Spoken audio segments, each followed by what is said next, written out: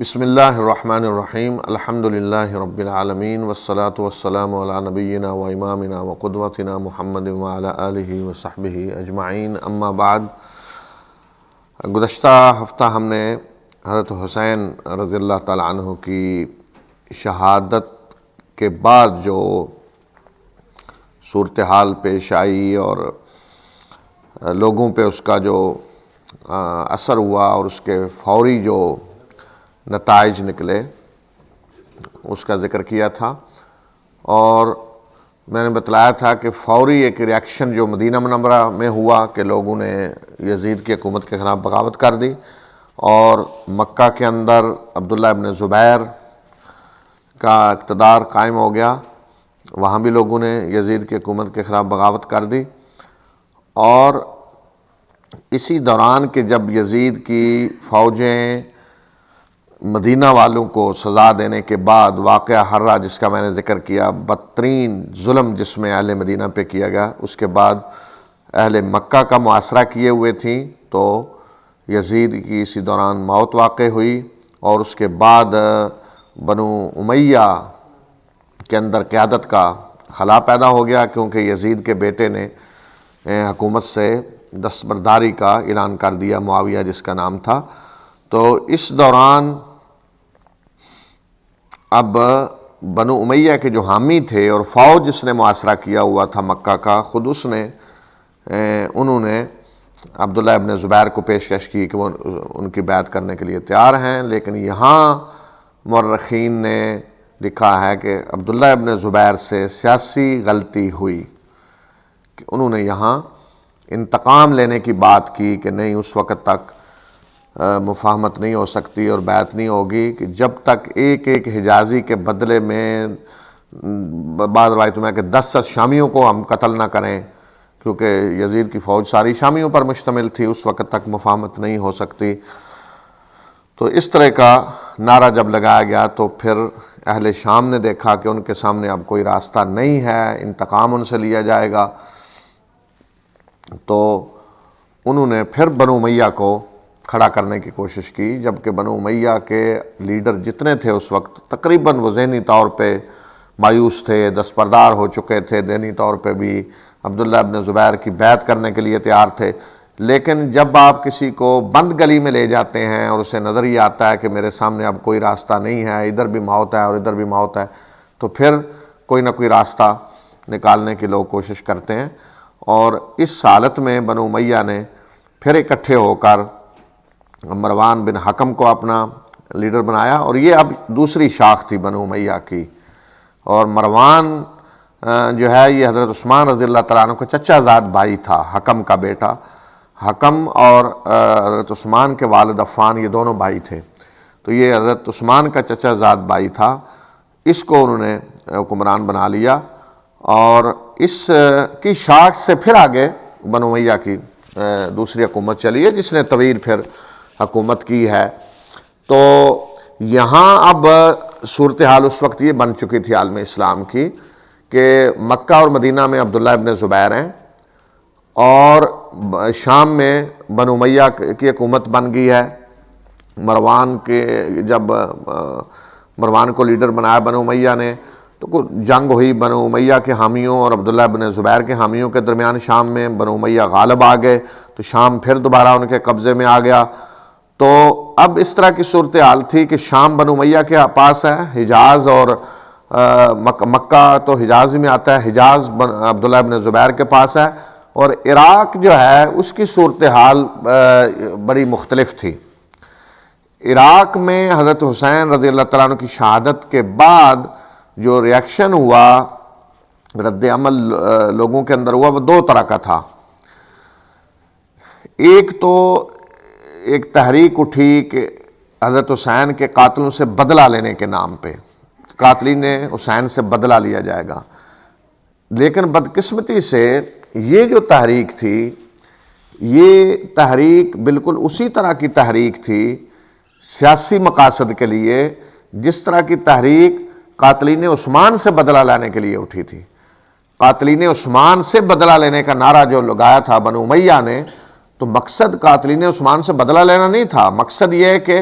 اس کے ذریعے حکومت حاصل کی جائے اور اس کے ذریعے حضرت علی کی حکومت کو مستحکم نہ ہونے دیا جائے، نعرہ وہ بالکل سیاسی تھا۔ حتیٰ کہ جب معاویہ بن ابی سفیان حکمران بن گئے، پوری حکومت انہیں مل گئی، بادشاہی مل گئی، تو حضرت عثمان رضی اللہ تعالیٰ عنہ کی بیٹی ان کے پاس گئیں اور جا کر کہا کہ آپ میرے باپ کے قاتلوں سے بدلہ لیں۔ تو انہوں نے کہا بیٹی ہر آدمی کا اسلحہ اس کے پاس ہے۔ اس وقت تو ظاہر ہے کوئی اتنا وہ فرق تو نہیں ہوتا تھا نا، جو اسلحہ حکومت کے پاس ہے وہی لوگوں کے پاس ہے، لوگوں کے پاس تلوار ہے، نیزہ ہے، تیر ہے، ڈھال ہے، یہی اسلحہ حکومت کے پاس ہوتا تھا، کوئی الگ نہیں تھا۔ تو انہوں نے کہا لوگوں کا اسلحہ ان کے پاس ہے، اگر ہم بات کریں گے بدلے کی تو لوگ ہمارے خلاف اٹھ کھڑے ہوں گے اور ہماری حکومت ختم کر دیں گے، تو کوئی بدلہ نہیں کس سے لیا گیا، تو وہ صرف سیاسی نعرہ تھا۔ تو یہاں بھی کوفہ کے اندر ایک شخص نے جب دیکھا کہ حالات اس طرح کے ہیں، حسین پہ جس طرح ظلم ہوا ہے اور ان کے خاندان کے ساتھ جو کچھ ہوا ہے، تو لوگوں کے جذبات کو بھڑکا کر سیاسی مقاصد حاصل کیے جا سکتے ہیں، تو یہ ایک شخص تھا مختار ثقفی۔ اس نے نعرہ لگایا کہ قاتلین حسین سے ہم نے بدلہ لینا ہے۔ اس کے لیے اس نے اہل کوفہ کو منظم کرنا شروع کیا، اپنے ساتھ ملانا شروع کیا، اور اس نے اپنی سرپرستی کرنے کی اپیل کی علی ابن حسین سے، حضرت حسین کے صاحبزادے امام زین العابدین جو ہیں، انہیں کہا کہ میری سیاسی سرپرستی کریں،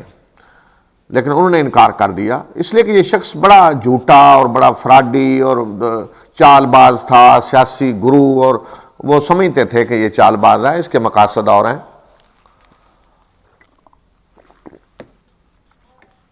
تو انہوں نے اس کی سیاسی سرپرستی کرنے سے انکار کر دیا، اور ویسے بھی وہ سیاست سے کنارہ کش تھے، جو کچھ حالات انہوں نے دیکھے اور جو ظلم ان کے خاندان پہ ہوا، تو وہ اپنی ساری زندگی انہوں نے سیاسی جدوجہد میں حصہ نہیں لیا۔ تو بلکہ انہوں نے جب دیکھا کہ یہ اس طرح کی حرکتیں کر رہا ہے، تو انہوں نے لوگوں کے سامنے تقریر بھی کی، اس کے بارے میں بتایا لوگوں کو کہ یہ جال ساز ہے اور اس پہ اعتماد نہ کریں، یہ ہمارا نام استعمال کر رہا ہے اہل بیت کا، ہمارا اس سے کوئی تعلق نہیں ہے۔ تو پھر اس نے مختار ثقفی نے محمد بن حنفیہ سے رابطہ کیا، جو حضرت علی رضی اللہ تعالیٰ عنہ کے بیٹے تھے، حضرت فاطمہ کے علاوہ دوسری بیوی سے، حضرت علی کی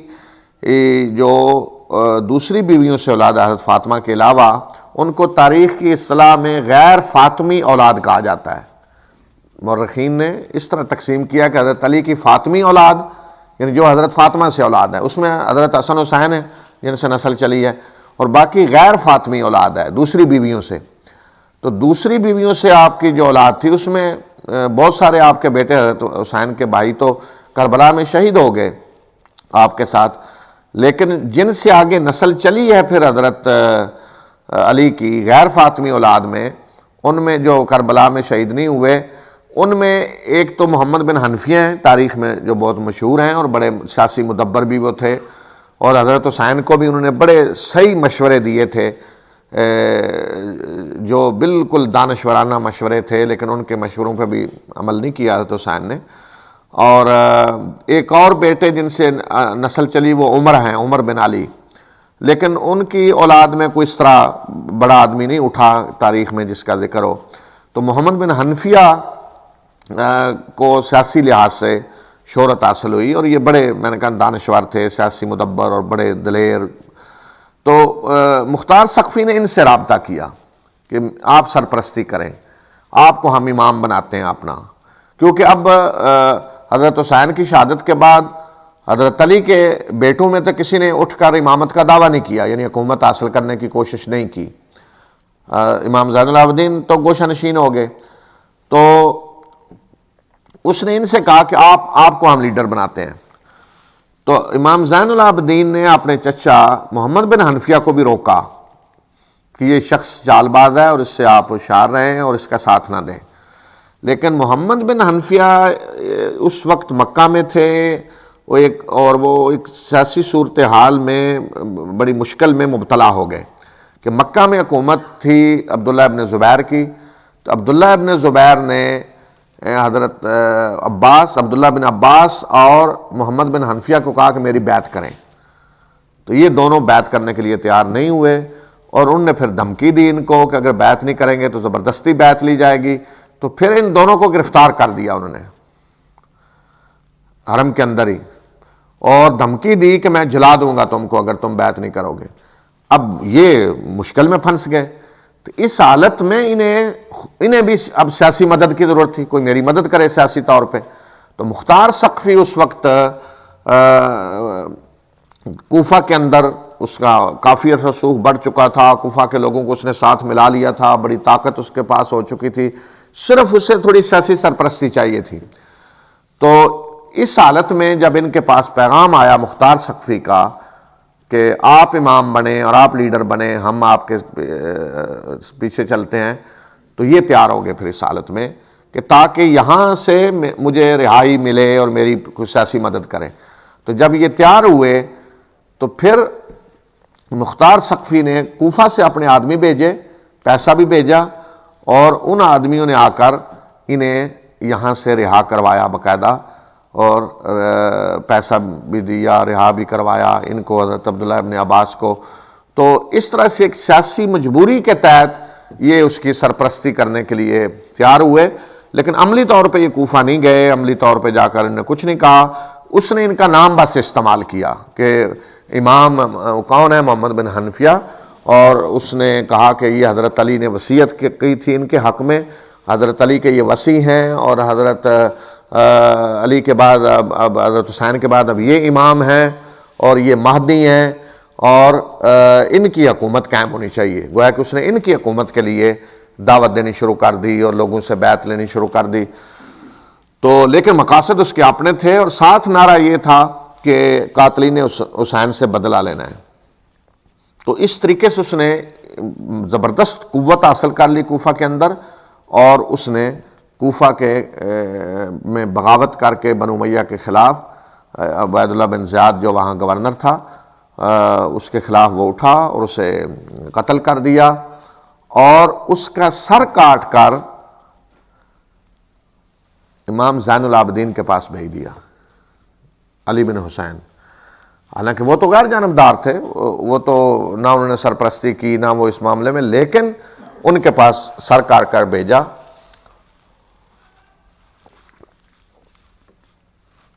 کہ بتانے کے لیے کہ میں نے آپ کے باپ کا بدلہ لیا ہے۔ تو اس طرح یہاں کوفہ میں جو کچھ ہوا کہ اب عبید اللہ بن زیاد ہے جس نے حضرت حسین کا سر کٹوایا، اور اس کے سامنے حضرت حسین کا سر لا کے رکھا گیا، پھر مختار ثقفی کے سامنے اس کا سر کاٹ کر لا کر رکھا گیا۔ پھر آگے میں بتاؤں گا کہ پھر اس کا کیا اشر ہوا مختار ثقفی کا۔ تو اس نے یہاں حکومت قائم کر لی، اور چونکہ نعرہ تو سیاسی تھا کہ قاتلین حسین سے بدلہ لینا ہے، تو حکومت جب قائم ہوگی تو یہ بھی ڈھیلا پڑ گیا، لیکن لوگوں نے پھر اسے نہیں چھوڑا، حتیٰ کہ محمد بن حنفیہ نے اسے پیغام بھیجا کہ ہمیں پتہ چلا ہے کہ تم قاتلین حسین سے بدلہ لینے کے نام پہ سارا کچھ کر کے حکومت میں آئے ہو، اور اب ہم دیکھ رہے ہیں، ہمیں خبریں مل رہی ہیں کہ قاتلین حسین تمہارے ساتھ بیٹھے ہوتے ہیں مجلسوں میں، اور لوگوں نے بھی پھر اس کے خلاف اس طرح کہنا شروع کر دیا۔ تو پھر اس نے قاتلین حسین سے واقعتاً بدلہ لینے کی کوشش کی، اور جن جن کے بارے میں شک تھا کہ وہ حضرت حسین کے قتل میں شریک ہیں، اس نے سب کو قتل کیا۔ کوفہ میں کوئی آدمی اس نے نہیں چھوڑا جس کے بارے میں شک ہو کہ حضرت حسین کے قتل میں شریک تھا تو اس نے قتل نہ کیا ہو۔ حتیٰ کہ عمر بن سعد جو کمانڈر تھے اس وقت فوج کے، جن کا میں نے ذکر کیا، جو سعد بن ابی وقاص کے بیٹے تھے، ان کو بھی اس نے قتل کرا دیا۔ اور اسی طرح شمر ذی الجوشن جس نے حضرت حسین کو شہید کیا تھا، اور جنہوں نے سر کاٹے تھے، سب کو اس نے قتل کروایا۔ لیکن یہ چونکہ چال باز تھا، اس کے سیاسی مقاصد تھے، تو اس نے کچھ عجیب و غریب قسم کے دعوے شروع کر دیے۔ کبھی کہتا میرے پاس وہی آ رہی ہے، کبھی یہ کرسی رکھ دیتا کہ یہ حضرت علی کی کرسی ہے، حضرت یہ اسی طرح ہے جس طرح بنی اسرائیل میں تابوت کا ذکر آتا ہے کہ جنگ میں وہ بکس ایک صندوق رکھا کرتے تھے، تو اس طرح یہ کرسی رکھتا کہ یہ تابوت سکینہ ہے جس کا ذکر قرآن میں آیا، حضرت موسیٰ کی جس میں لاٹھی تھی، تورات کا اصل نسخہ تھا. تو یہ کہتا ہے اس کرسی کی اسی طرح حیثیت ہے، یہ حضرت علی کی کرسی ہے. اور اس طرح کے عجیب و غریب اس نے عقائد پھیلانے شروع کر دیے. تو اس طرح کے عقائد کا جب پتہ چلا حضرت محمد بن حنفیہ کو، تو وہ بھی اس سے بیزار ہوئے اور انہوں نے برات کا اعلان کر دیا، اور امام زین العابدین نے بھی. تو اس کو پھر مصعب بن زبیر جو حضرت عبداللہ بن زبیر کے بھائی تھے اور جو کوفہ کے گورنر تھے، ان کو لوگوں نے کہا کہ یہ شخص اس طرح کی حرکتیں کر رہا ہے اور یہ گمراہ ہے،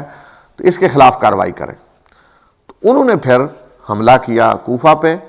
اور اس سے جنگ ہوئی. کافی پہلے یہ لڑا دلیری سے، اس کے بعد اسے شکست ہوئی. شکست کے بعد بھاگ کر یہ کوفہ کے گورنر ہاؤس میں پناہ لی اس نے. اور پھر بعد میں جب یہاں بھی انہوں نے محاصرہ کر لیا، آ کر تھوڑے سے لوگ اس کے ساتھ تھے، تو پھر یہ بعد میں جس نے دیکھا کب اور شکل نہیں ہے، تو پھر آخر میں نکل کر لڑا. اور پھر اس نے کہا لوگوں کو جو ساتھ تھے کہ یہ سارا کچھ میں نے دنیا کے لیے کیا. کیوں؟ اس نے کہا کہ شام میں عبد الملک بن مروان کی حکومت ہے، اور حجاز میں عبداللہ ابن زبیر کی حکومت ہے، اور فلاں جگہ خارجیوں کی حکومت ہے. تو میں نے کہا میں کیوں نہ حکومت کے لیے کچھ کوشش کروں. تو میں نے کوشش کی اور مجھے کامیابی مل گئی. تو یہ نعرہ اس نے جو لگایا وہ آل بیت کی محبت اور آل بیت سے اس کا تعلق اور قاتلین حسین سے بدلہ، یہ سیاسی نعرہ اس نے لگایا تھا. تو اس کو پھر مصعب بن زبیر نے قتل کر دیا، اور اس کا سر کاٹ کر ان کے سامنے رکھا گیا وہیں کوفہ کے گورنر ہاؤس میں. یہ ایسا گورنر ہاؤس کہ جس میں عبید اللہ ابن زیاد کے سامنے حضرت حسین کا سر لا کے رکھا گیا کاٹ کر، پھر عبید اللہ ابن زیاد کا سر مختار ثقفی کے سامنے اسی جگہ، اور مختار ثقفی کا سر مصعب بن زبیر کے سامنے. تو اب مختار ثقفی کا تو یہ مسئلہ ختم ہو گیا یہاں. تو اب یہاں عراق میں بھی عبداللہ ابن زبیر کی حکومت قائم ہوگی. عراق اور حجاز ان کے پاس آ گیا. تو وہاں شام میں بنو امیہ مضبوط ہو گئے. مروان کی وفات کے بعد اس کا بیٹا عبد الملک اقتدار میں آ گیا، اور عبد الملک انتہائی مدبر اور دانشور اور بڑی سیاسی بصیرت رکھنے والا آدمی تھا. اس نے ایک مضبوط حکومت اپنی قائم کر لی وہاں. اور پھر اس کے بعد اس نے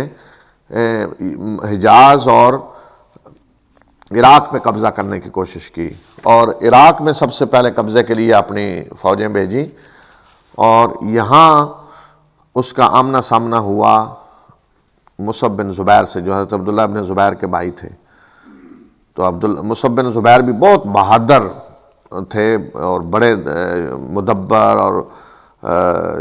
قریش کے بڑے دلیر لوگوں میں سمجھے جاتے تھے. تو وہ مقابلے پہ آئے اور بڑا زبردست طریقے سے انہوں نے مقابلہ کیا، لیکن ان کے ساتھ جو لوگ تھے وہ ان کا ساتھ نہ اس طرح دے سکے، تو انہیں شکست ہوئی. اور عبد الملک بن مروان سے ان کے تعلقات تھے، دوستی تھی پرانی. تو عبد الملک نے کہا کہ میں آپ سے لڑنا نہیں چاہتا، میں نہیں چاہتا کہ آپ کی گردن میرے سامنے کٹے، ہمارا پرانا تعلق ہے، دوستی ہے. تو اس لیے کوئی ہتھیار ڈال دیں. تو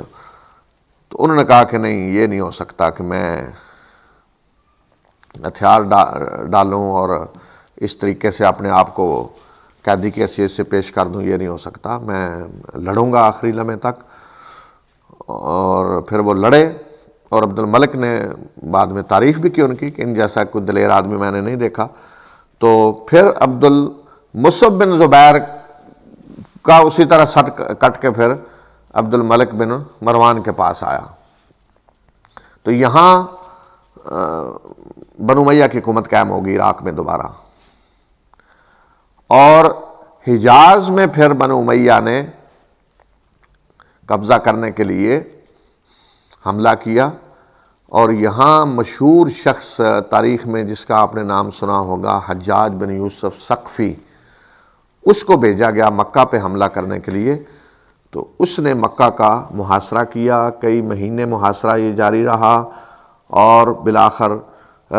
یہ حال ہو گیا مکہ میں کہ کھانے پینے کی کوئی چیز نہیں ملتی تھی۔ عبداللہ ابن زبیر کے ساتھ تھی، ان کا ساتھ چھوڑ کر حجاج بن یوسف کے ساتھ مل گئے، حتیٰ کہ ان کے بھائی اور بیٹے بھی ساتھ چھوڑ کر مل گئے حجاج بن یوسف کے ساتھ، اور عبداللہ ابن زبیر بہرحال آخری لمحے تک بڑی دلیری سے لڑے اور انہیں شہید کر دیا گیا،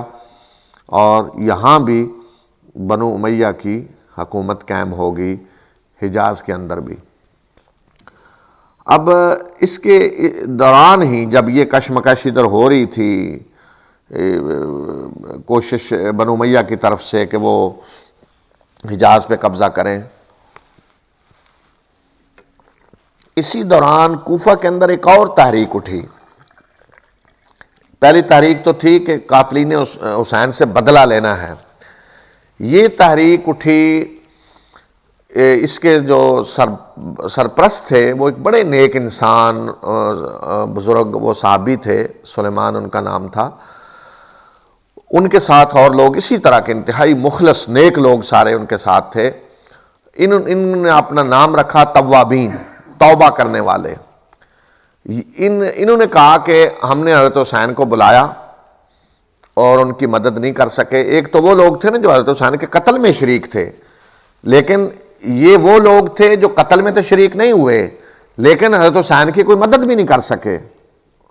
کوفہ میں بیٹھے رہے، یا تو انہیں پتہ ہی نہیں چلا یا بے بس تھے، کچھ نہیں کر سکے۔ تو بعد میں انہیں احساس ہوا کہ ہم نے بہت بڑا گناہ کیا ہے، حضرت حسین کی مدد نہیں کر سکے اور انہیں شہید کر دیا گیا بے دردی سے، ہم اٹھے نہیں ان کی مدد کے لیے۔ تو پھر انہوں نے کہا کہ جب تک ہم اب توبہ نہیں کریں گے ہماری معافی نہیں ہو سکتی۔ اور توبہ کا کیا ہے کہ ہم بنو امیہ کے خلاف لڑیں اور اسی راستے میں جانیں دے دیں، ورنہ اور کوئی شکل نہیں ہے۔ تو ان کو بکائین بھی کہا جاتا تھا، بکائین یعنی رونے والے، روتے تھے حضرت حسین کی شہادت کے غم میں، اور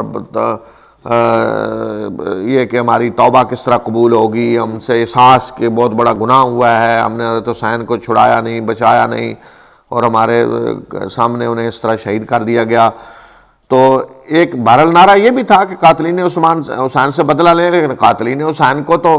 مختار ثقفی قتل کر چکا تھا اکثر کو۔ تو انہوں نے کہا کہ نہیں، اصل جو قاتلین حسین ہیں وہ تو بنو امیہ ہیں، تو ان کے خلاف ہمیں جنگ کے لیے نکلنا چاہیے۔ تو یہ لوگ اپنے گھروں کو چھوڑ کر نکل گئے، بیوی بچوں کو چھوڑ دیا، مال و دولت کو چھوڑ دیا۔ یہ تحریک اس طرح اٹھی کہ احساس ندامت اور گناہ کا احساس، اور پھر توبہ ہم کریں۔ تو یہ اس طرح ہزاروں کی تعداد میں یہ لوگ نکلے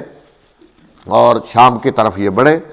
کہ بنو امیہ کے خلاف ہم نے لڑنا ہے۔ راستے میں اور بھی لوگ ان کے ساتھ شامل ہوتے گئے، جہاں یہ جاتے جس جگہ لوگ ان کا استقبال کرتے، ان کی مدد کرتے،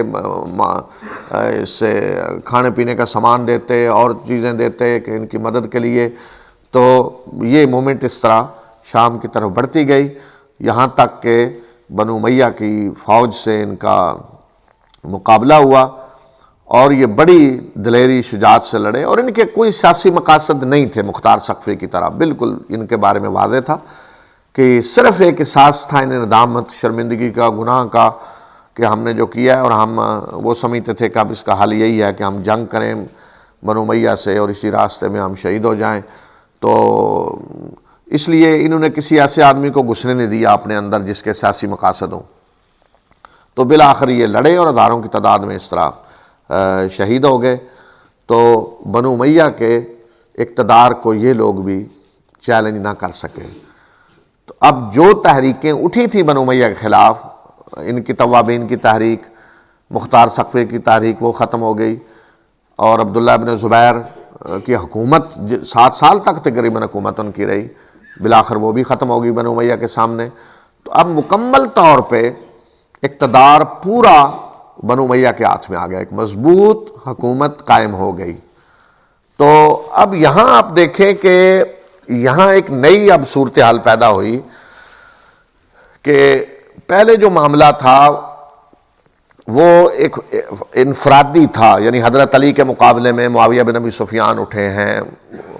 کہا گیا اس وقت بھی بنو امیہ کا یہ خاندان ہے، لیکن ایک انفرادی ایک شخص اٹھا.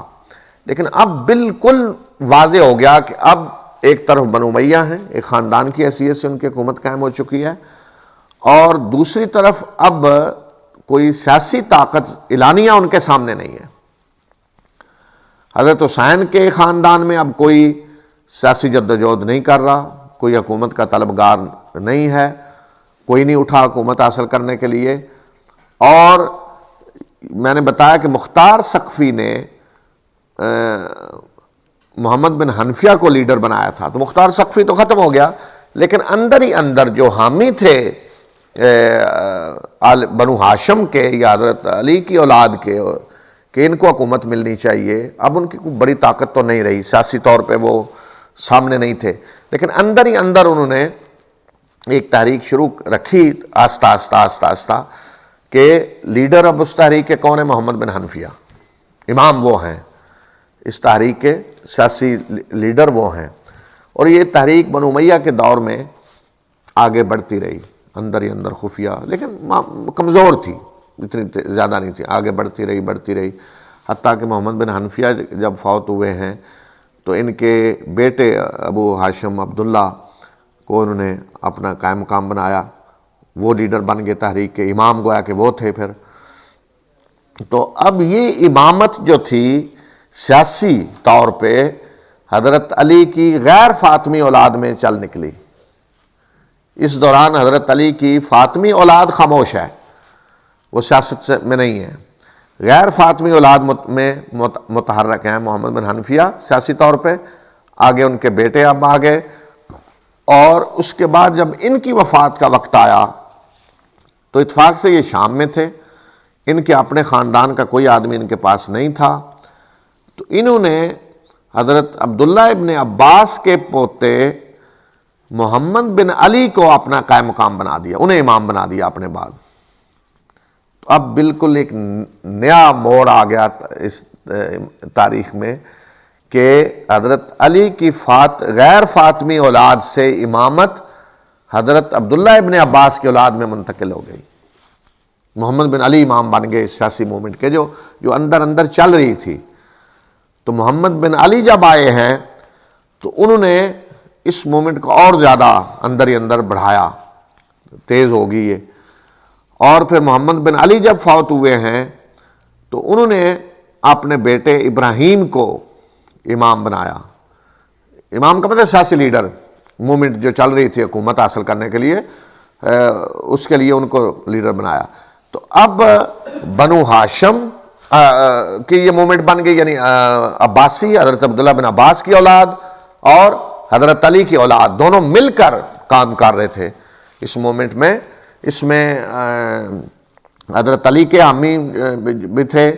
ان کی اولاد کے حامی جو چاہتے تھے ان کو اقتدار ملے، اور بنو عباس بھی ظاہراً انہی کی حمایت کر رہے تھے، اور یہی کہہ رہے تھے کہ حکومت انہی کا حق ہے حضرت علی کی اولاد کا، اور ان کو ہی دی جائے گی. انہوں نے یہ نہیں کہا حکومت ہم نے لینی ہے، انہی کے لیے کوشش ہو رہی تھی. ساری لوگ عام یہی سمجھتے تھے کہ حضرت علی کی اولاد کے لیے حکومت کی کوشش ہو رہی ہے، اس کے لیے موومنٹ چل رہی ہے. تو یہ ابراہیم جب آئے ہیں، اسی دوران ایران میں ایک شخص اٹھا تاریخ میں جس کا نام ابو مسلم خراسانی کے سے مشہور ہے. یہ ایک ایرانی تھا، بڑا ہوشیار، مدبر، منظم آدمی، تحریکیں خفیہ کس طرح چلتی ہیں اس کا ماہر. تو یہ اس تحریک میں آ گیا، اور اس نے ایران کے اندر بڑے منظم طریقے سے اس تحریک کو چلایا. ایران کا مطلب اس دوران یہ افغانستان کا علاقہ سارا، اور ہمارے بلوچستان وغیرہ کے بھی کچھ علاقے، یہ سارا اسی میں آتا تھا. یہ خراسان کہا جاتا تھا اس علاقے کو.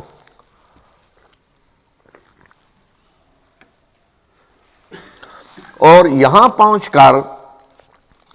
اس تحریک نے عربی اور غیر عربی کا مسئلہ بھی ایک کھڑا کر دیا کہ جتنے عرب تھے اکثر وہ بنو امیہ کا ساتھ دے رہے تھے، اور جو غیر عرب تھے، ایرانی یا اور غیر عرب، وہ بنو ہاشم کا ساتھ دے رہے تھے، حضرت علی کی اولاد یا بنو عباس ان کا ساتھ دے رہے تھے۔ تو اس شخص نے، ابو مسلم خراسانی نے کوشش کی کہ خراسان سے ان علاقوں سے عربوں کو نکال دیا جائے۔ تو اس میں باقاعدہ اس تحریک کے جو امام تھے ابراہیم بن محمد بن علی، ان کی رضا بھی شامل تھی۔ انہوں نے بھی کہا، اور ان سے پہلے ان کے باپ محمد بن علی نے بھی، کہ عربوں کو قتل کر کے نکال دیں یہاں سے۔ تو اس طرح قتل و غارت شروع ہو گئی، عربوں کو قتل کرنا شروع کر دیا گیا، عرب یہاں سے نکلے تاکہ یہ علاقہ مکمل جو ہے یہ غیر عرب یہاں اکثریت میں ہو جائیں اور اس علاقے پہ وہ کنٹرول کر لیں۔ تو یہ اندر ہی اندر جب تاریخ چل رہی تھی تو عین اس دور میں جب بنو امیہ کے حکمران بھی آہستہ آہستہ کمزور ہوتے آئے، یہاں تک کہ آخری حکمران بنو امیہ کا جو آیا، مروان اس کا نام تھا، تو اس کے دور میں یہ تحریک پکڑی گئی۔ ایک قاصد جا رہا تھا ابو مسلم خراسانی کا پیغام لے کر امام ابراہیم کے پاس شام میں، تحریک ساری چل رہی تھی ایران میں اور وہ خود شام میں بیٹھے ہوئے تاکہ شک نہ ہو۔ تو وہ قاصد پکڑا گیا، اس کے پاس خط تھا ابو مسلم خراسانی کا، تو قاصد کو لالچ دیا حکومت نے اور کہا کہ تم یہ خط لے جاؤ، اور پیسے دیے، اسے لالچ دیا، اور جوابی خط بھی لے کر آؤ۔ وہ کیا جواب دیتے ہیں، کیونکہ تاریخ تو ساری خفیہ تھی، انڈر گراؤنڈ جیسے لیڈرشپ ہوتی، اس طرح کی حالت تھی۔ تو وہ قاصد گیا، اس نے جا کر خط دیا۔ اب جوابی خط جو امام ابراہیم نے لکھا وہ بھی لے کر آ گیا، حکومت کو دے دیا، اور یہ بتا دیا کہ فلاں جگہ ہیں، ان کو گرفتار کر لیا گیا۔ اور ان کو جب پوچھا ان سے کہ یہ سارا کچھ کیا ہو رہا ہے، اور جوابی خط جو انہوں نے لکھا تھا اس میں لکھا تھا کہ عربوں کو قتل کریں خراسان کے اندر، اور ابو مسلم خراسانی نے بھی اس طرح کی اجازت مانگی اور انہیں لکھا کہ عربوں کو قتل کریں۔ تو جب ان سے پوچھا گیا کہ یہ سارا کچھ، تو انہوں نے انکار کیا، تو حکومت نے خط پیش کر دیا، یہ آپ کا لکھا ہوا خط ہے، ثبوت مل گیا حکومت کو، تو انہیں قتل کر دیا گیا۔ انہیں قتل جب کر دیا گیا تو اس کے بعد انہوں نے ان کا بھائی ابو العباس صفا کے نام سے جو تاریخ میں مشہور ہے، وہ لیڈر بن گیا اس مومنٹ کا، اور اس نے اس وقت اپنے بھائی کے قتل کے غم میں سیاہ کپڑے پہننے شروع کر دیے، سیاہ لباس، سیاہ جھنڈے۔ تو اس وقت سے یہ جو مومنٹ تھی اس کا یہ نشان بن گیا، سیاہ جھنڈے، سیاہ کپڑے اور سیاہ جھنڈے نشان بن گیا ان کا۔ تو اب بنو امیہ کمزور ہو چکے تھے، اور ایران اور ان علاقوں میں یہ مومنٹ کافی مضبوط ہو چکی تھی۔ تو پھر انہوں نے ابو العباس کے دور میں یہ فیصلہ کیا کہ اب اعلانیہ حکومت کے خلاف نکلیں، اور یہ منظم طریقے سے حکومت کے خلاف اٹھے، اور ظاہر ہے کہ پھر جنگ ہوئی بہت بڑی، اور مروان جو حکمران تھا وہ خود میدان جنگ میں آیا، بہت بڑی فوج تھی اس کے پاس، لیکن اسے شکست ہوئی، اور اتنی بری شکست ہوئی کہ وہ بھاگتا ہوا شام تک گیا، یہ پیچھے شام تک انہوں نے پیچھا کیا، اور بالآخر اسے قتل کر دیا۔ تو اب بنو امیہ کی حکومت ختم ہوئی، لیکن اقتدار اب حضرت علی کی اولاد کو نہیں ملا، اقتدار عبداللہ ابن عباس کی اولاد میں آ گیا۔ ابو العباس صفا یہ بن گیا، جس کی کسی کو توقع نہیں تھی۔ ابو مسلم خراسانی جو لیڈر تھا وہ خود سارا کچھ کر رہا تھا یہ سمجھ کر کہ حضرت علی کی اولاد کو اقتدار دیا جائے گا، دوسرے بھی بہت سارے جو لوگ ساتھ تھے وہ بھی سمجھتے تھے ان کو دیا جائے گا، لیکن اچانک جب وقت آیا تو ابو العباس صفا نے خود اپنی خلافت کا اعلان کر دیا، لوگوں نے بیعت کر لی، اور اس نے اپنی حکومت قائم کر لی۔ اور اس شخص کو تاریخ میں صفا کہا جاتا ہے، اس لیے خون ریزی کرنے والا، بہت زیادہ قتل و غارت کی، بنو امیہ کا جو آدمی ملا اسے قتل کر دیا، کسی کو چھوڑا نہیں، حتیٰ کہ بنو امیہ کے بہت سارے عمائدین کو بلایا ہوا تھا اس نے کہ شاید کو معاف کر دے یا چھوڑ دے، ایک جگہ انہیں اکٹھا کیا ہوا تھا۔ تو وہاں ایک شاعر نے کچھ اس طرح کے شعر پڑھ دیے کہ جس سے پرانی یادیں کو تازہ ہو گئیں، غصے میں آ گیا یہ، تو اس نے حکم دیا ان سب کو قتل کریں، اور پھر انہیں قتل کر کے ان کی تڑپتی ہوئی لاشوں کے اوپر دسترخوان بچھا کر ان لوگوں نے کھانا کھایا۔ اس طریقے سے صفاقی کا مظاہرہ، اس لیے اسے صفا کہا گیا۔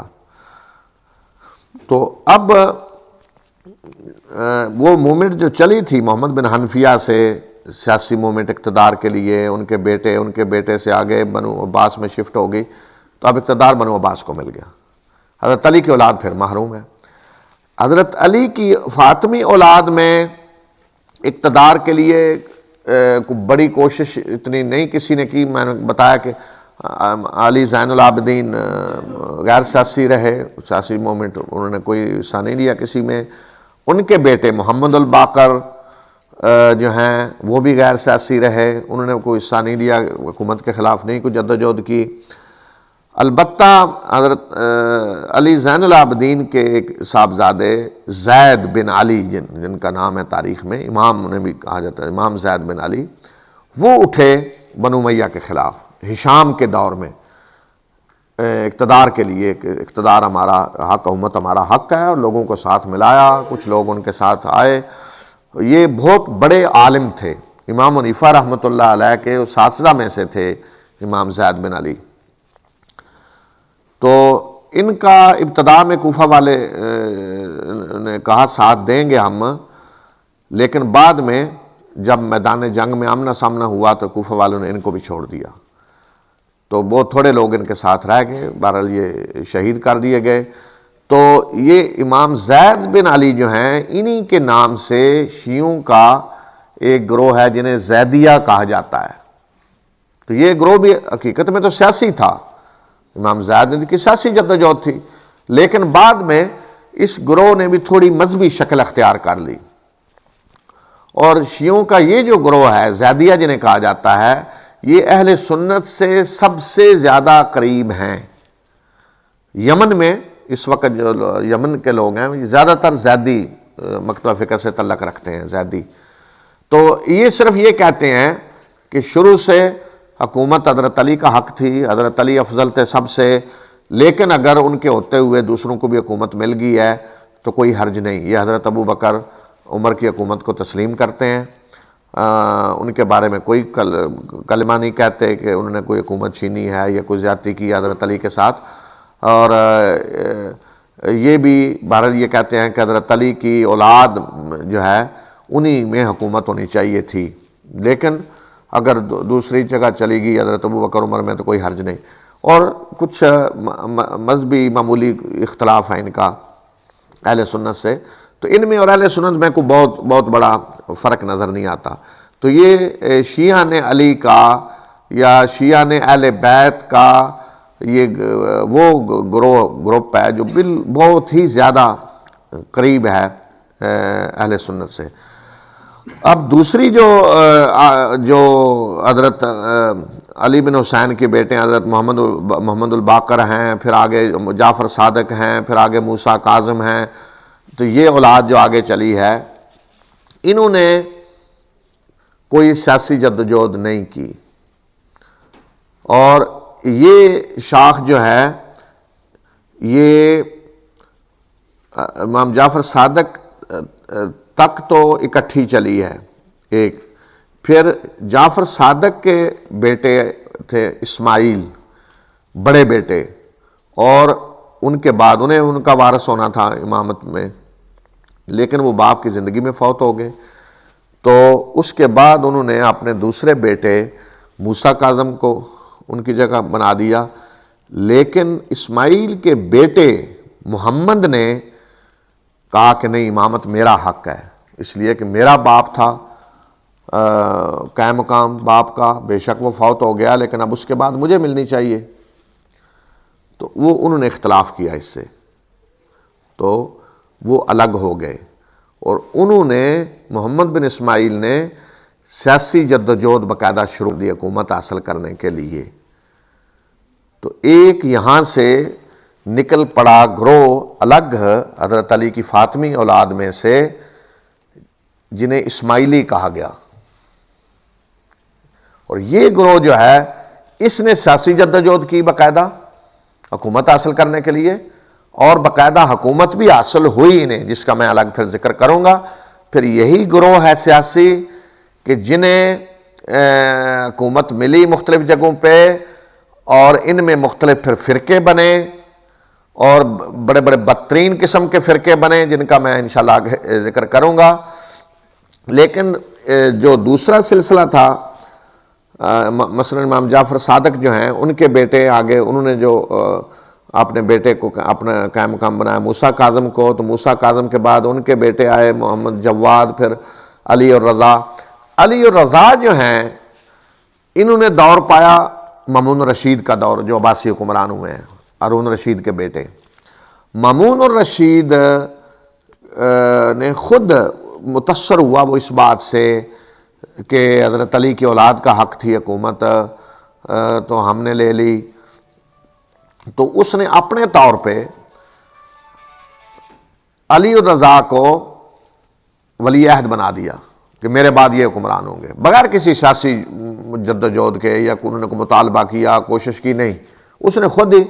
انہیں ولی عہد بنا دیا۔ لیکن عباسیوں کو جب پتہ چلا کہ ان مامون نے ہمارے حکومت ہمارے خاندان سے نکال کے ادھر کر دی ہے،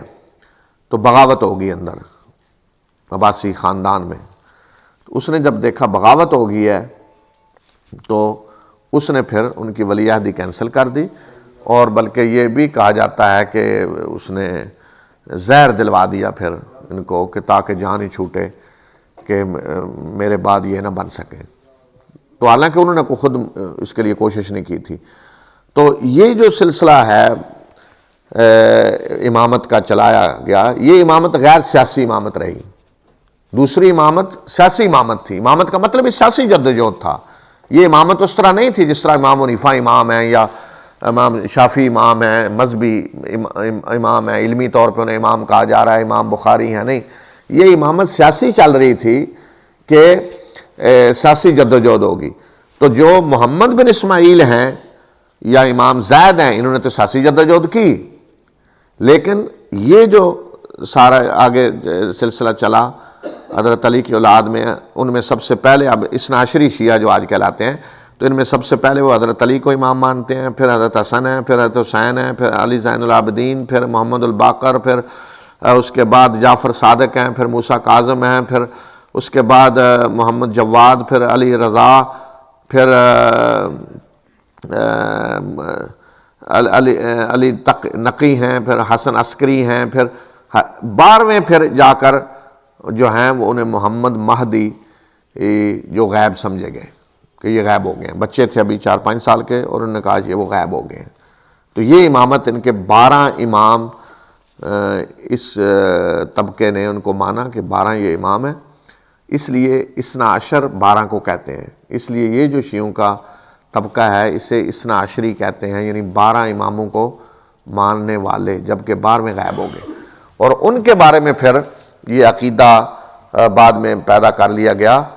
کہ وہ غائب ہو گئے ہیں اور زندہ ہیں، چھپے ہوئے ہیں، اور وہ قیامت سے پہلے نکل کر آئیں گے، اور انہیں ہی یہ مہدی مانتے ہیں، مہدی منتظر جسے کہا آج سنتے ہوں گے نا اس طرح مہدی منتظر، تو وہ انہی کو مانتے ہیں کہ وہ زندہ ہیں، چھپے ہوئے ہیں کہیں، اور وہ آئیں گے دوبارہ قیامت سے پہلے۔ تو تاریخ کے مختلف اوقات میں یہ عقیدہ رہا ہے بعض لوگوں کا کہ ان کو بعض جگہوں پہ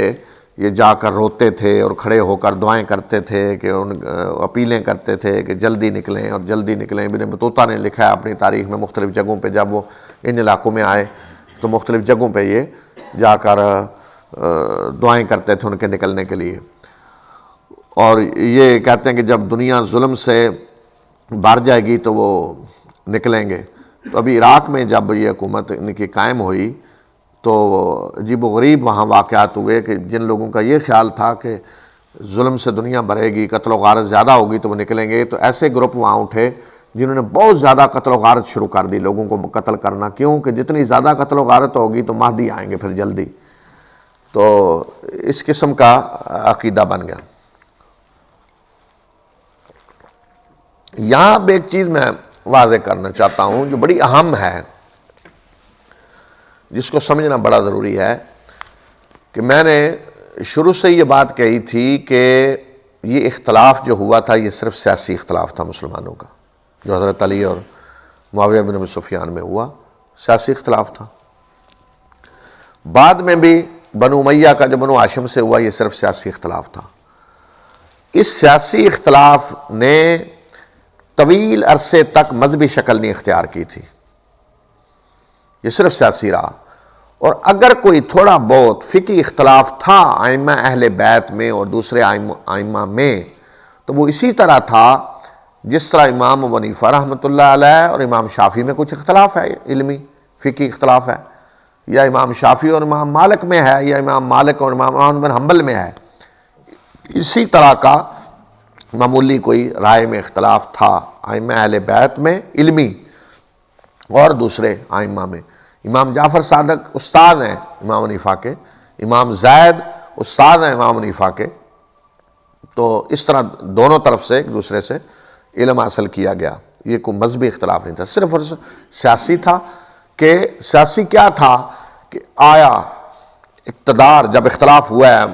حضرت علی اور معاویہ بن ابی سفیان میں، تو اقتدار کا حقدار کون ہے؟ شیعہ نے علی کہہ رہے تھے حضرت علی حقدار ہیں، شیعہ نے بنو امیہ اٹھے کہ نہیں بنو امیہ حقدار ہیں، تو دو گروپ سیاسی بن گئے، بس یہ اختلاف تھا. بنو امیہ نے طاقت کے ذریعے حکومت حاصل کر لی،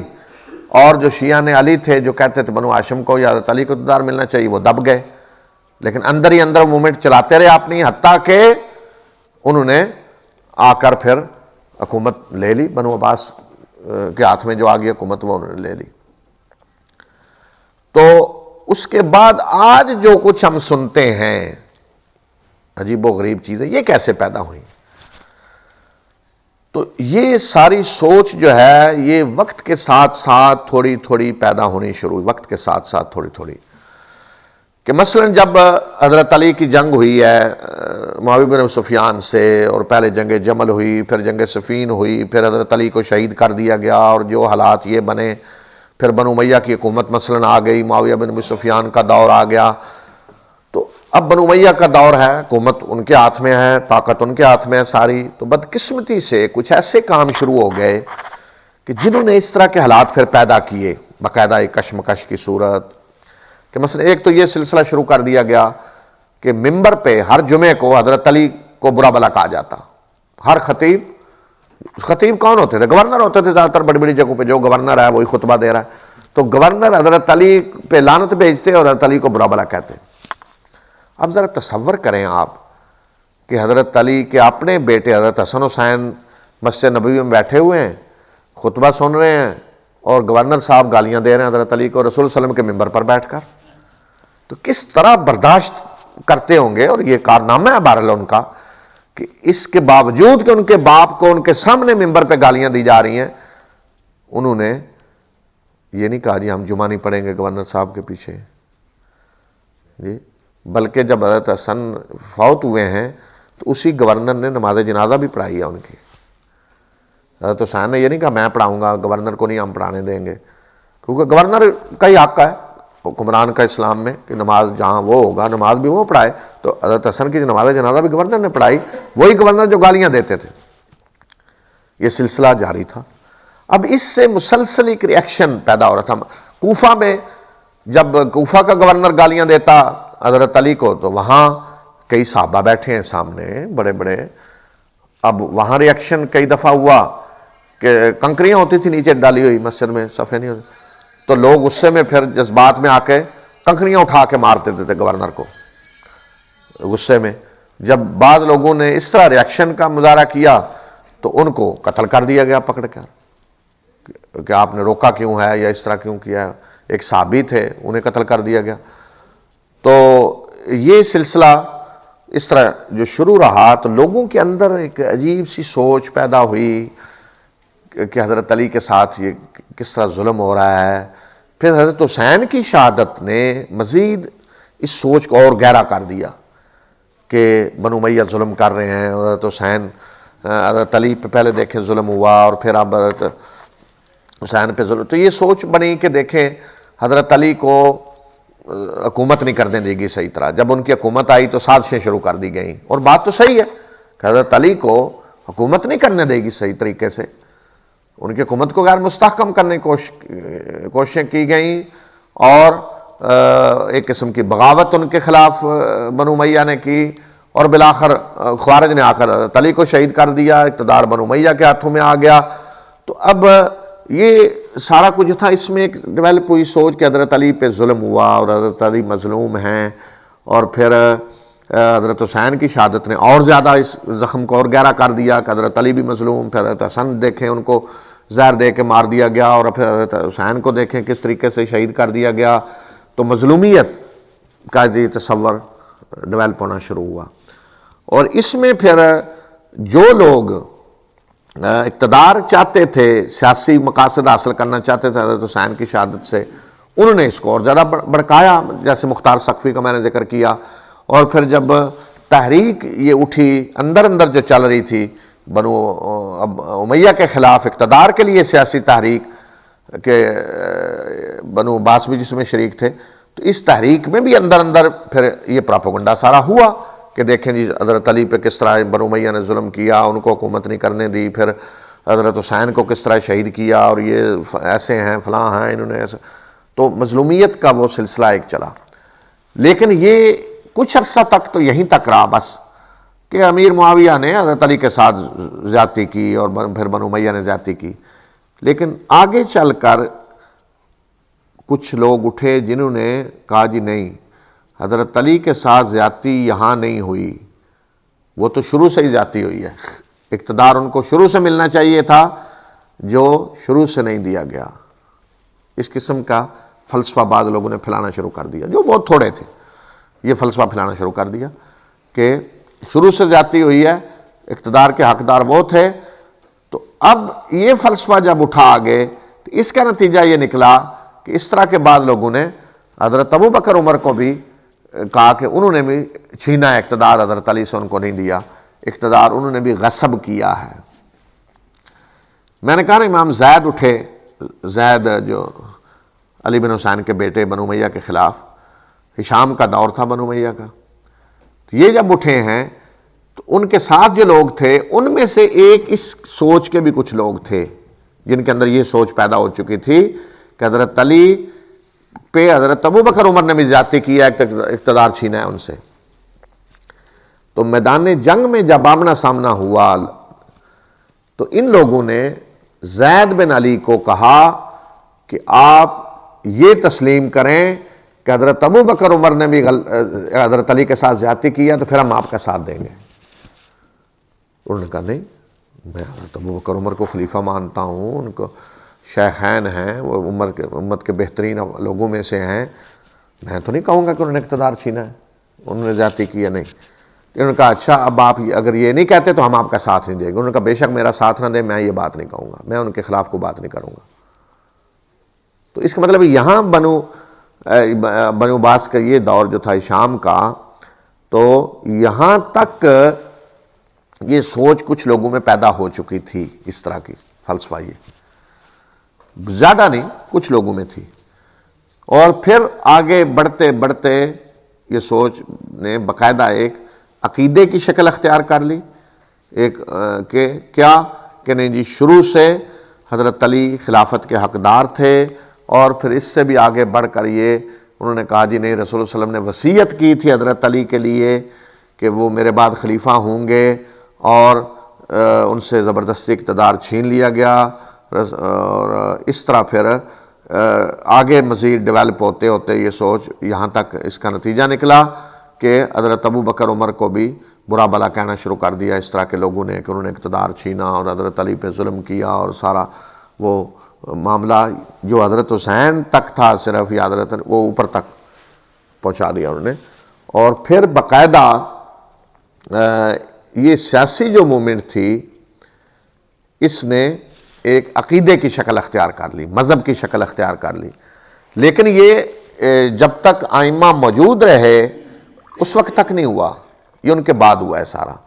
جب یہ کہہ دیا گیا جی امام تو غائب ہیں، سامنے ہے نہیں کوئی، کس سے آپ جا کر رابطہ کریں، کچھ نہیں، تو ابتدا میں تو کہا گیا کہ امام چھپے ہوئے ہیں، جیسے کوئی لیڈرشپ انڈر گراؤنڈ ہوتی ہے تو رابطہ کمیٹی ہے جی جو ان سے رابطہ کرے گی، جو آج کل کی رابطہ کمیٹیاں تو خیر چلی جاتی ہیں باہر یا فون وون پہ رابطے کر لیتی ہیں، تو اس وقت کی جو رابطہ کمیٹی ہوتی تھی امام غیب سے رابطہ کرنے کے لیے، وہ کیا ہوتا تھا کہ کسی کو پتہ نہیں امام صاحب کہاں ہیں، اور رابطہ کمیٹی آ کے کہہ دے جی کہ امام صاحب نے یہ کہا ہے، جو چاہیں کہہ دیں، امام صاحب یہ آرڈر دے رہے ہیں، امام صاحب یہ کہہ رہے ہیں۔ اور کچھ عرصہ تک یہی رہا کہ امام صاحب ملتے ہیں کچھ لوگوں کو، رابطہ کرتے ہیں اور ہدایات دیتے ہیں، اور پھر آخر میں کہہ دیا گیا جی اب کسی کو بھی پتہ نہیں کدھر ہیں، وہ بالکل غائب ہو گئے، چھپ گئے، کسی سے بھی نہیں ملتے۔ تو یہ جو دور تھا امام غائب ہونے کا، اس میں سارا کچھ لوگوں نے، اس طرح کے لوگوں نے گھڑ کر جو چاہا منسوب کر دیا اہل بیت کی طرف، کہ انہوں نے یہ کہا ہے، انہوں نے یہ کہا ہے، انہوں نے یہ کہا ہے، کیونکہ تصدیق تو ہو نہیں سکتی کہیں۔ تو جب تک یہ بزرگ موجود رہے تو ان کی زندگیوں میں اس طرح کی بات کوئی نہیں کہہ سکا، کیونکہ کوئی کہتا تو وہ خود تردید کر دیتے، لوگ جا کر ان سے پوچھ لیتے، تو اس وقت تک تو مسئلہ نہیں تھا۔ لیکن جب یہ کہا جی غائب ہو گئے، تو پھر ان کی طرف یہ ساری چیزیں منسوب کر کے ایک باقاعدہ مذہب بنا لیا گیا۔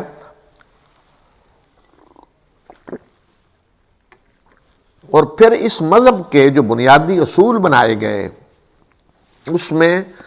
دین کے اصولوں میں باقاعدہ شامل کر لیا گیا امامت کو، جو ایک سیاسی مسئلہ ہے۔ تو انہوں نے کہا جی نہیں، امامت دین کا ایک حصہ ہے، اور وہ امامت جو ہے وہ رسول صلی اللہ علیہ وسلم نے باقاعدہ وصیت کی تھی حضرت علی کے لیے، اور وہ امامت صرف حضرت علی کی فاطمی اولاد میں ہونی چاہیے، اور باقاعدہ وقت کا جو امام ہے وہ بعد والے کے لیے وصیت کر کے جائے گا، بتا کے جائے گا میرے بعد کون ہوگا، اور وہ اس کا بڑا بیٹا ہونا چاہیے، بڑا بیٹا ہونا چاہیے، اور امام اپنے بعد بتائے گا میرے بعد کون ہے۔ گویا کہ یہ امامت سے مراد سیاسی ہے، یہ اصطلاح سیاسی ہے ساری، کہ امام کا مطلب ہے سیاسی لیڈر، حکمران۔ اب یہ کہتے ہیں کہ رسول اللہ علیہ وسلم نے وصیت کی حضرت علی کے بارے میں، حضرت علی نے جی وصیت کی حضرت حسن کے بارے میں، حضرت حسن نے وصیت کی حضرت حسین کے بارے میں، اور حضرت حسین نے گویا کہ وصیت کی علی بن حسین اپنے بیٹے کے بارے میں، اور انہوں نے وصیت کی آگے آگے اس طرح بڑے بیٹے کے بارے میں وصیت۔ تو حالانکہ بڑے بیٹے والا اصول تو توڑا گیا، اگر بڑے بیٹے والا اصول ہے تو حضرت حسن کے بعد تو ان کا بڑا بیٹا ہونا چاہیے تھا، تو یہ اصول توڑا گیا۔ امام جعفر صادق کے وقت بھی ان کے بڑے بیٹے کو نہیں بنایا گیا، اس لیے وہ فرقہ الگ ہو گیا۔ تو اہل سنت یہ کہتے ہیں کہ حضرت علی نے کوئی رسول صلی اللہ علیہ وسلم نے کوئی ایسی وصیت نہیں کی، اور خود حضرت علی رضی اللہ تعالیٰ عنہ نے بھی کسی بھی موقع پہ یہ نہیں کہا کہ میرے لیے رسول صلی اللہ علیہ وسلم نے وصیت کی ہے، نہ انہوں نے حضرت ابوبکر کے وقت میں کہا،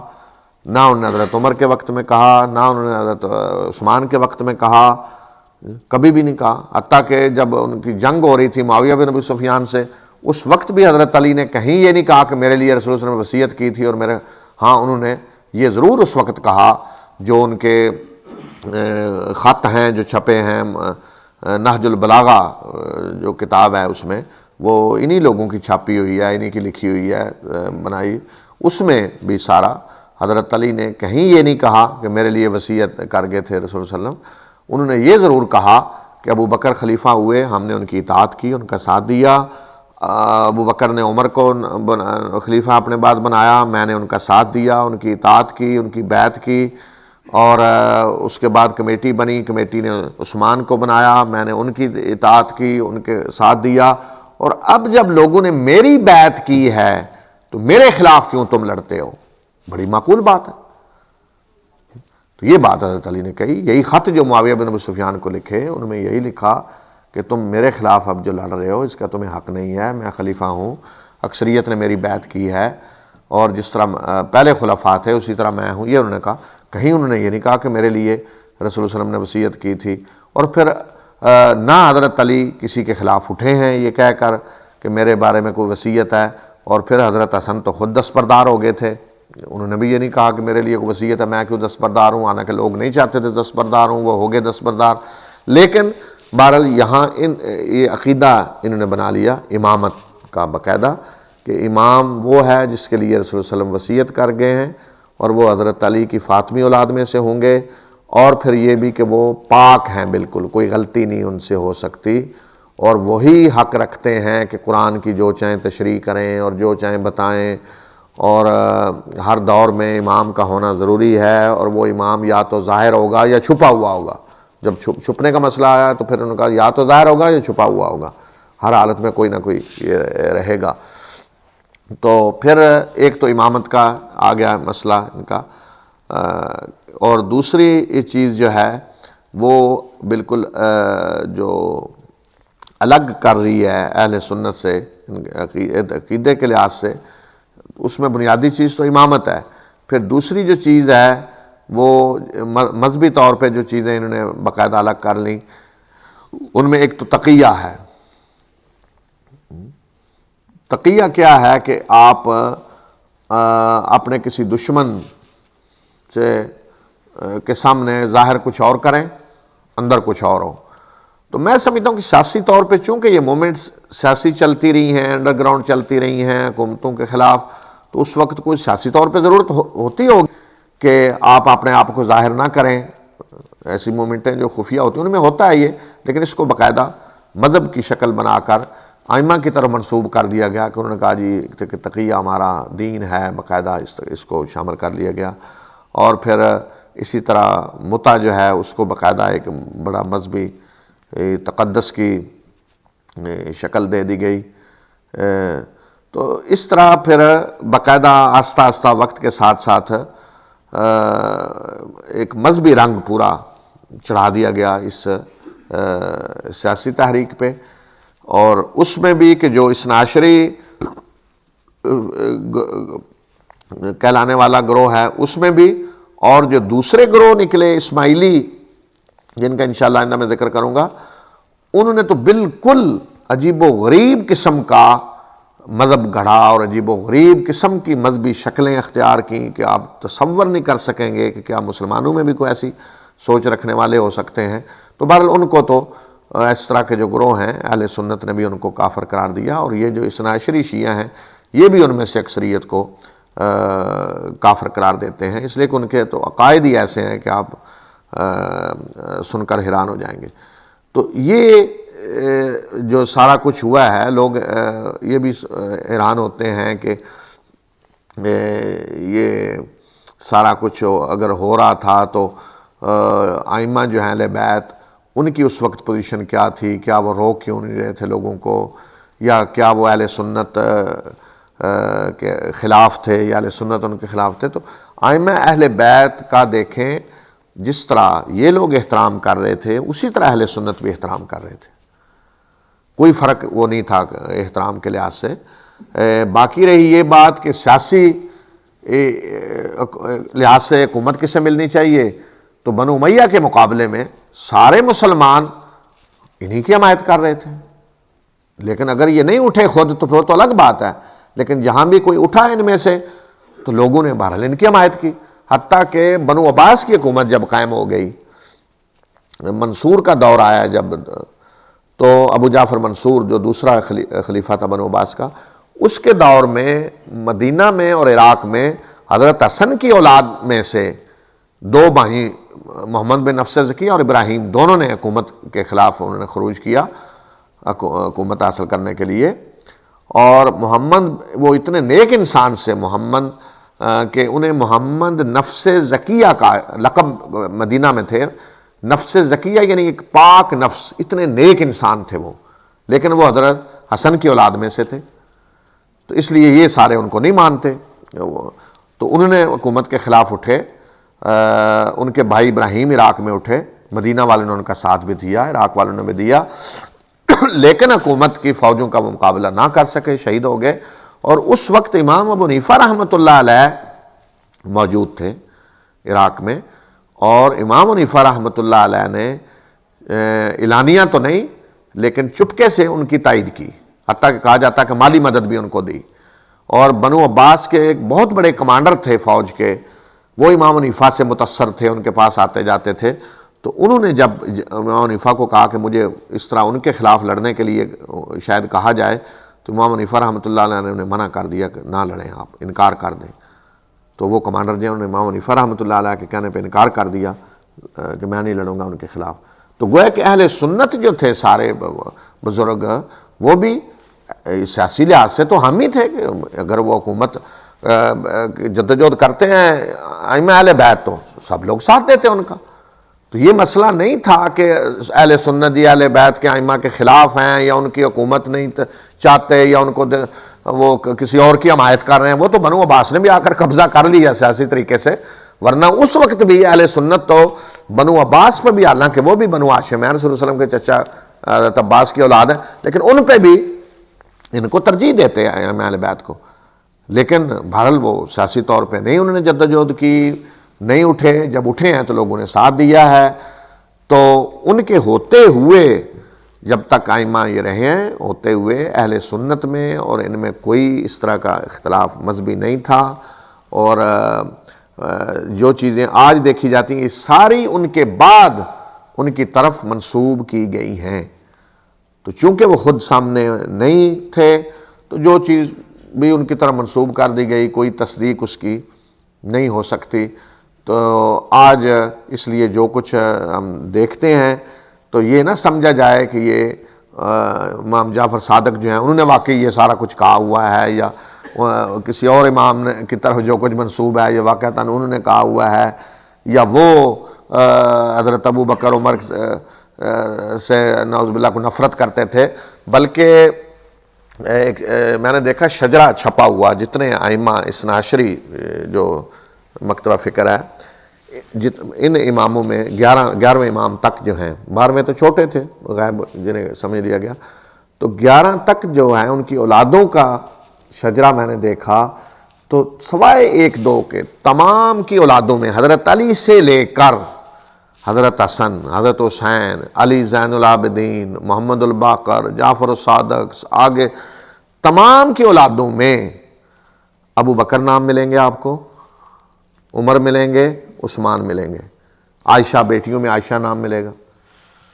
تو جو ظاہر کیا جاتا ہے کہ شاید یہ اہل سنت اور ان میں تو بڑا اختلاف تھا، اور گویا کہ جی حضرت ابو بکر عمر سے تو ان کو اختلاف تھا اور سمجھتے تھے انہوں نے زیادتی کی ہے اور کچھ جھگڑا تھا، بالکل ایسی بات نہیں ہے۔ آپ دیکھیں جو اپنی اولاد کا نام تو اسی کے نام پہ رکھیں گے نا جس سے آپ کو محبت ہے، یہ جس سے نفرت کرتے ہوں اپنی سوال ہی نہیں پیدا ہوتا اولاد کا نام ان کے ناموں پہ رکھیں۔